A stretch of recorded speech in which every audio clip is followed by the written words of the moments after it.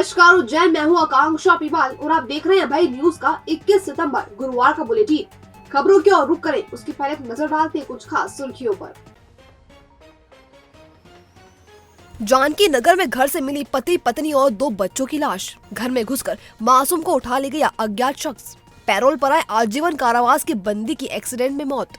मंदिर की भूमि को बेचने की फिराक में पुजारी और उसका भाई। आचार संहिता से पहले मिले मुआवजा। विभिन्न मांगों को लेकर भारतीय किसान संघ ने बुलंद की आवाज। होटल सॉलिटियर पर चली निगम की जीसीबी। तो चलिए खबरों का सिलसिला शुरू करते हैं।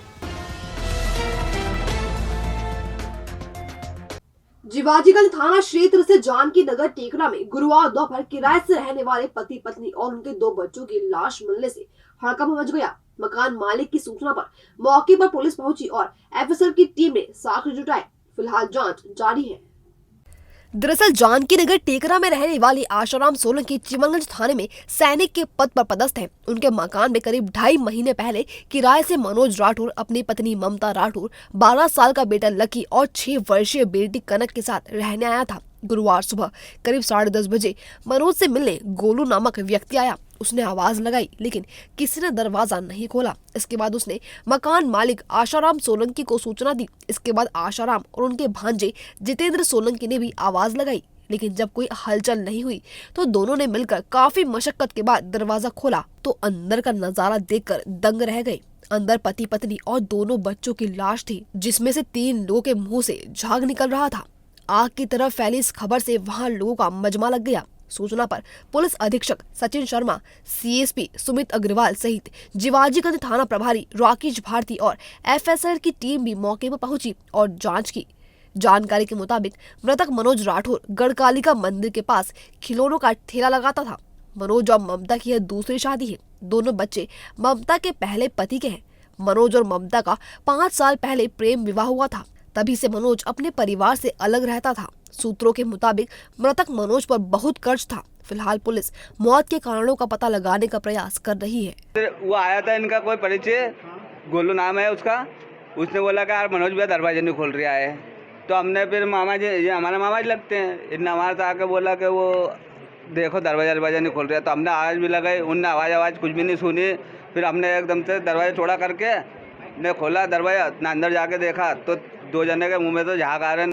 ये 10:30 बजे तक की बात। कैसे सूचना दी आपने पुलिस को? फिर क्या कुछ हुआ? कुछ भी नहीं, सिर्फ थाने पे जो सूचना करी और कुछ भी नहीं करे हमने। क्या काम क्या करते थे? ये खिलौना वगैरह बेचते थे। कब लेने आए थे यहाँ पर? कितना समय हो गया? ये इनको 3-4 महीने हो गए।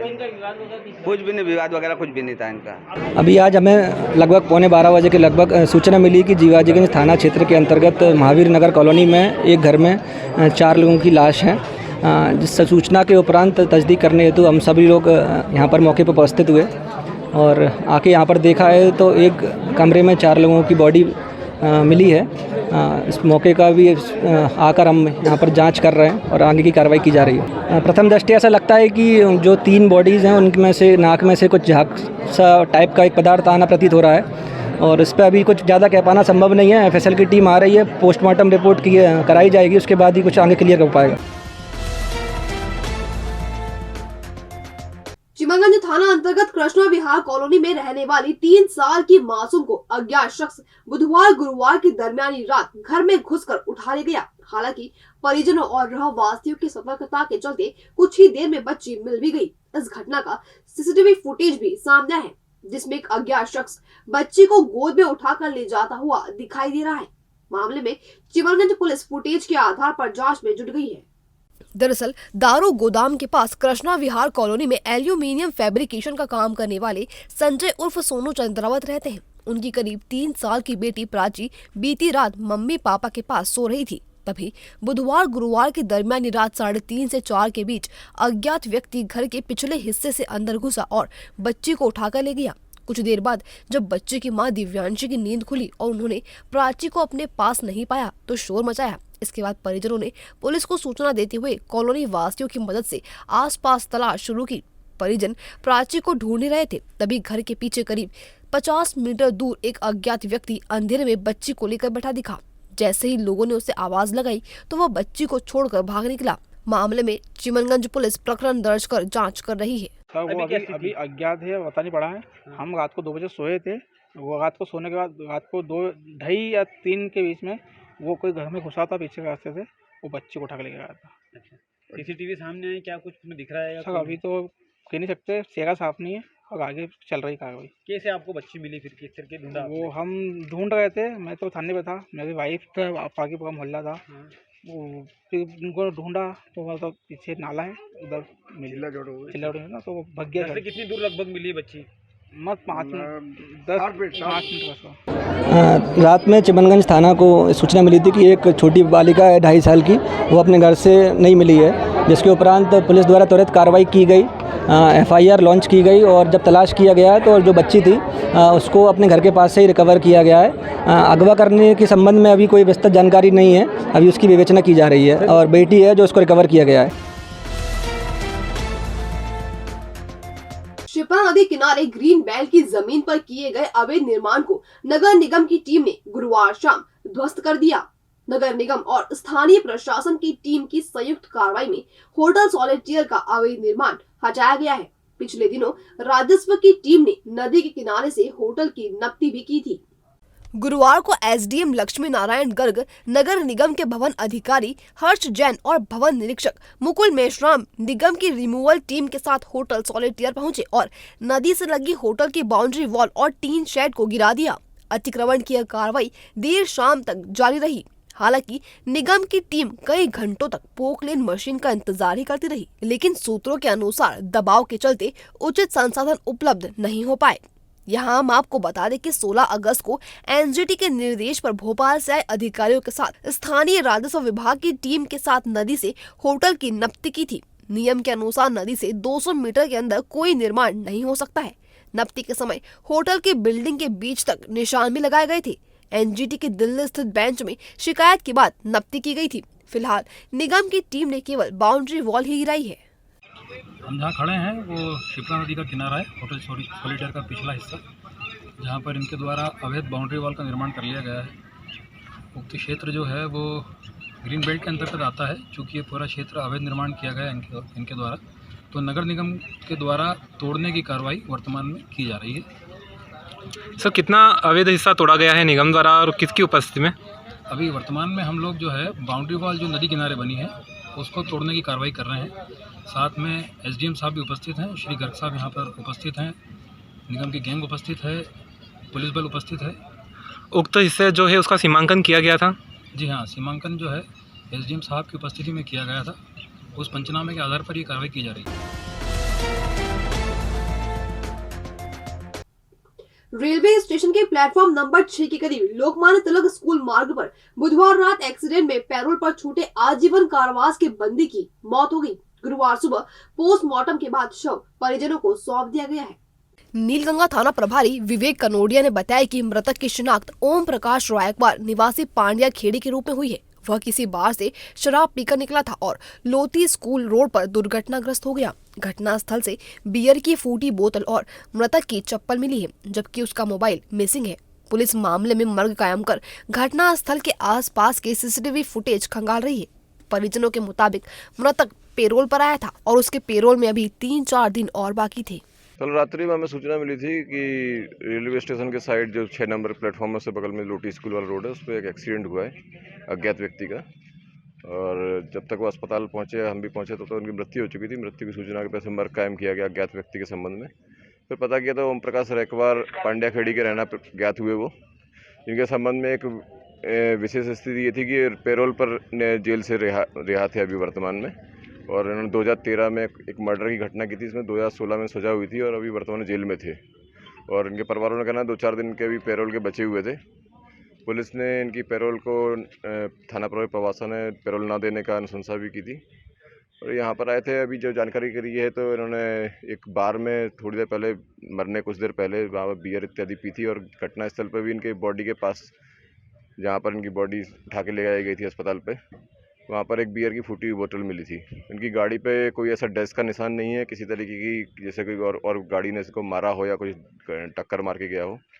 स्पॉट पर इसके अलावा एक चप्पल मिली है, इनका मोबाइल मिसिंग है, तो उसकी तलाश की जाएगी। भविष्य की चिंता छोड़ो, पंडित गोविंद गुरु से नाता जोड़ो। ना कोई पैसा ना कोई फीस, बस लीजिए गुरु जी का आशीष। आज ही जाने अपनी हर समस्या का समाधान। संपर्क करें 9827030415 या 9302230415। हमारा पता 8 अलगदाम कॉलोनी, सावे रोड, उज्जैन।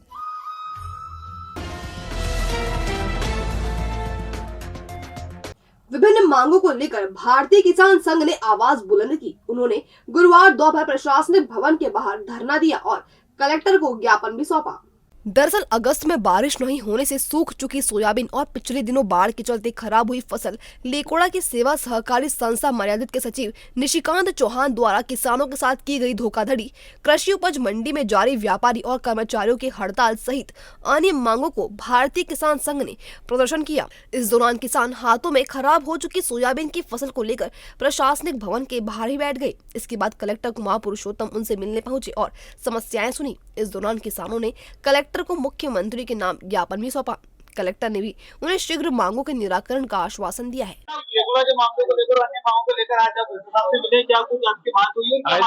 आज भारतीय किसान संघ द्वारा पूरे जिले में जो अल्प वर्षा और अतिवृष्टि से जो नुकसान हुआ था, जहाँ सभी पूरे जिले की सभी नदियां, तालाब, नाले में जहाँ भी डूब क्षेत्र में प्रभावित फसल हुई है, उसको लेके ज्ञापन दिया गया और कलेक्टर महोदय ने भी आश्वासन दिया कि जल्दी से जल्दी इसका 2-4 दिन के अंदर ही सर्वे कराकर राहत राशि दी जाएगी किसानों को। और इसके अलावा जो अल्प वर्षा के कारण फसलें भी आ चुकी है, वो कटने की कगार पे 2-4 दिन में कटना दास से चालू और कलेक्टर साहब ने निवेदन कराया कि 2-3 दिन और रुक जाए, जब तक मैं तुरंत सभी दूर घुमा के इसका करवा लेंगे। और करना इसका जिला सहकारी बैंक जो लेकोड़ा वाले मामले में जिलाधीश महोदय ने और एमडी साहब सभी आ गए थे, इनके बीच में जो आश्वासन दिया गया है कि 10 दिन के अंदर सभी किसानों के खाते की जांच कर दी जाएगी और जो भी अच्छे से अच्छा होगा किसानों के खाते में तुरंत जल्दी से जल्दी राशि डाली जाएगी और किसान उसकी जो सेक्रेटरी द्वारा जो भी संपत्ति चल अचल संपत्ति है उसकी भी जांच कर कुर्की करके उसकी जो संपत्ति वसूल की जाएगी। जानकारी है, हमने संबंधित जो इंजिन है उसकी प्रॉपर्टी के बिक्री को रोक लगा दी और किसानों का एक मुद्दा ज्वलंत है और जो नियम में प्रावधान है वो किसानों को भरपाई करेंगे। जैसा कि मैंने उन किसानों के सामने भी कहा, ये निर्णय पहले से ही तो सामने आके बता दिया। और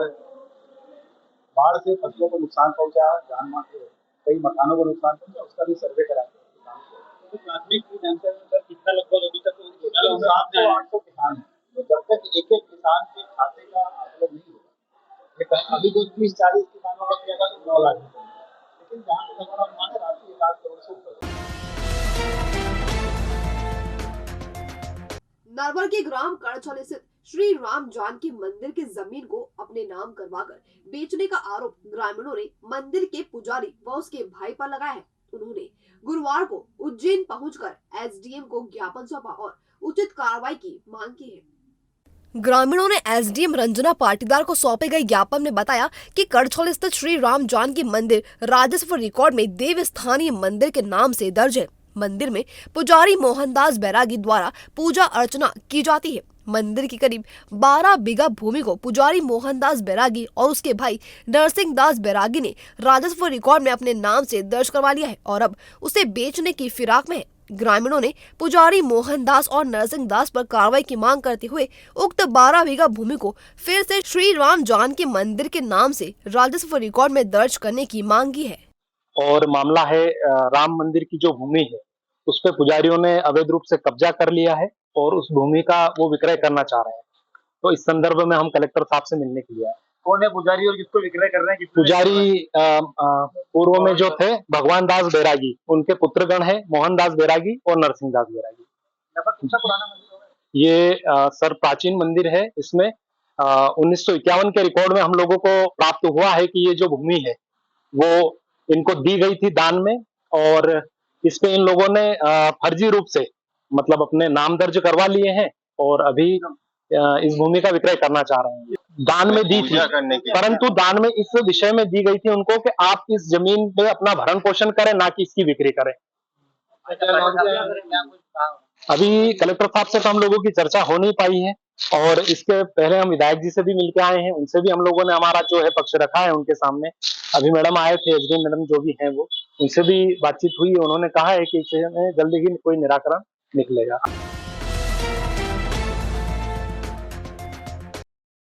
उज्जैन जिले की नागदा तहसील में पिछले दिनों आई भीषण बाढ़ ने कई गृहस्थियों को तबाह कर दिया। कई मकान बाढ़ में डूब गए, लेकिन अब तक सर्वे तक शुरू नहीं हो सका है। इसी को लेकर गुरुवार दोपहर नागदा के इंडियन नेशनल मुस्लिम फाउंडेशन का प्रतिनिधि मंडल कलेक्टर से मिला और नागदा के अधिकारियों को जल्द से जल्द सर्वे के आदेश देने की मांग की है। फाउंडेशन के सदर फिरोज आजम ने बताया कि आज तक के इतिहास में इतनी भीषण बाढ़ नहीं आई। इससे काफी लोग प्रभावित हुए हैं। आने वाले दिनों में विधानसभा चुनाव है, आचार संहिता लग गई तो प्रभावितों को मुआवजा नहीं मिलेगा। ऐसे में कलेक्टर से मिलकर नागदा के प्रशासनिक अमले को शीघ्र सर्वे कार्य पूरा कर ज्यादा से ज्यादा लोगों को मुआवजा देने की मांग की है। यहाँ आने का कारण ये है कलेक्टर साहब के पास कि वहाँ का जो शासन प्रशासन है वो इतना पंगु तरीके से काम कर रहा है कि हमें नहीं बोलना चाहिए, ऐसा नहीं बोलना चाहिए। हमारे अधिकारी लोग हैं, हमारे लिए खड़े रहते हैं आधी रात को, लेकिन सुस्ती है उनके काम में, उनकी फुर्ती में सुस्ती है। आचार संहिता सामने खड़ी है, चुनाव सामने खड़ा है, उसके बाद सर्वे नहीं होगा, गरीब लोगों को मुआवजा नहीं मिलेगा। इसलिए हमें यहाँ आना पड़ा निवेदन करने श्रीमान से कि खुदा के वास्ते नागदा के हमारे जो एसडीएम महोदय है, एसडीओपी महोदय है, उनसे गुजारिश करें कि भाई ज़्यादा से ज़्यादा समय अधिकारी को, तहसीलदार महोदय है, अपर तहसील जो भी डिपार्टमेंट है उनको आदेशित करें कि जल्द से जल्द आचार संहिता लगे, उससे पहले इस काम को कंप्लीट करें और ज़्यादा से ज़्यादा मुआवजा दिलाने की कोशिश करें। जय हिंद, जय भारत। महिदपुर अभिभाषक संघ के सदस्य नागूलाल मालवीय को कलेक्टर द्वारा 31 जुलाई को उज्जैन जिले की राजस्व सीमाओं से निष्कासित किए जाने के आदेश को लेकर मंडल अभिभाषक संघ उज्जैन, मंडल अभिभाषक संघ देवास और अभिभाषक संघ महिदपुर द्वारा संयुक्त रूप से संभागायुक्त डॉक्टर संजय गोयल के नाम ज्ञापन कार्यालय अधिकारी नरेंद्र नागर को सौंपा गया है।